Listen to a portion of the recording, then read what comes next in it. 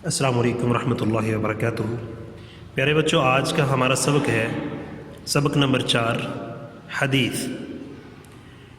اس میں ہم کثیر الانتخابی سوالات بھی پڑھیں گے اور مختصر سوالات ان کے جوابات بھی ہم ڈھونڈیں گے۔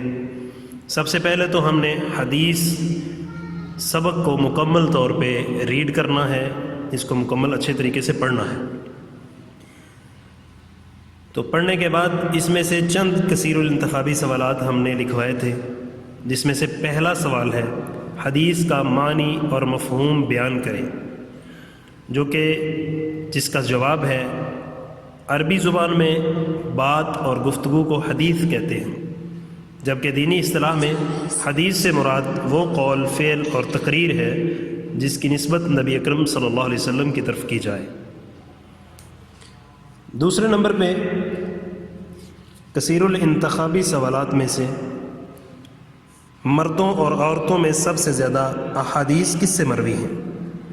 تو جس کا جواب نبی اکرم صلی اللہ علیہ وسلم کی سب سے زیادہ احادیث مردوں میں حضرت ابو ہریرہ رضی اللہ تعالیٰ عنہ نے اور عورتوں میں حضرت عائشہ رضی اللہ تعالیٰ عنہ نے بیان کی۔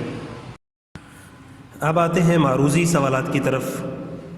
حدیث لفظ ہے اردو زبان کا، عربی زبان کا، فارسی زبان کا یا انگریزی زبان کا؟ تو اس کا صحیح جواب ہے عربی زبان کا۔ حدیث کی اقسام 2، 3، 4 یا 5؟ جس کا درست جواب ہے 3 حدیث کی اقسام ہے۔ نبی اکرم صلی اللہ علیہ وسلم کے ارشادات پر مبنی احادیث کہلاتی ہیں قولی حدیث، فعلی حدیث، تقریری حدیث یا بات چیت؟ تو اس کا درست جواب ہے قولی حدیث۔ نبی اکرم صلی اللہ علیہ وسلم کے افعال پر مبنی احادیث کہلاتی ہیں قولی حدیث، فعلی حدیث، تقریری حدیث یا بات چیت؟ تو اس کا درست جواب ہے فعلی حدیث۔ سیاح ستہ سے مراد حدیث کی صحیح اور مشہور کتابیں ہیں 2، 4، 6 یا 8؟ تو درست جواب ہے 6۔ اور اب ہم آتے ہیں مختصر سوالات کی طرف۔ قرآن مجید کے احکام کی وضاحت کے لیے ہمیں کس کی طرف رجوع کرنا چاہیے؟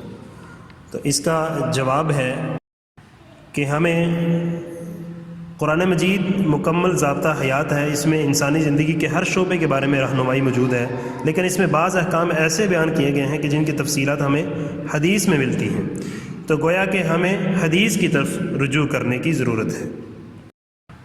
دوسرا سوال ہے قرآن مجید میں نبی اکرم صلی اللہ علیہ وسلم کی اطاعت اور اتباع کے لیے کیا حکم آیا ہے؟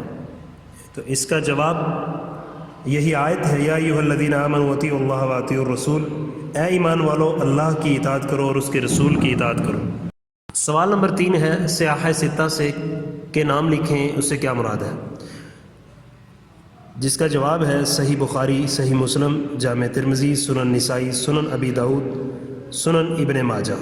یہ حدیث کی 6 مشہور کتابیں ہیں، ان کو صحاح ستہ کہتے ہیں۔ سوال نمبر 5 ہے فعلی حدیث کی ایک مثال لکھیں۔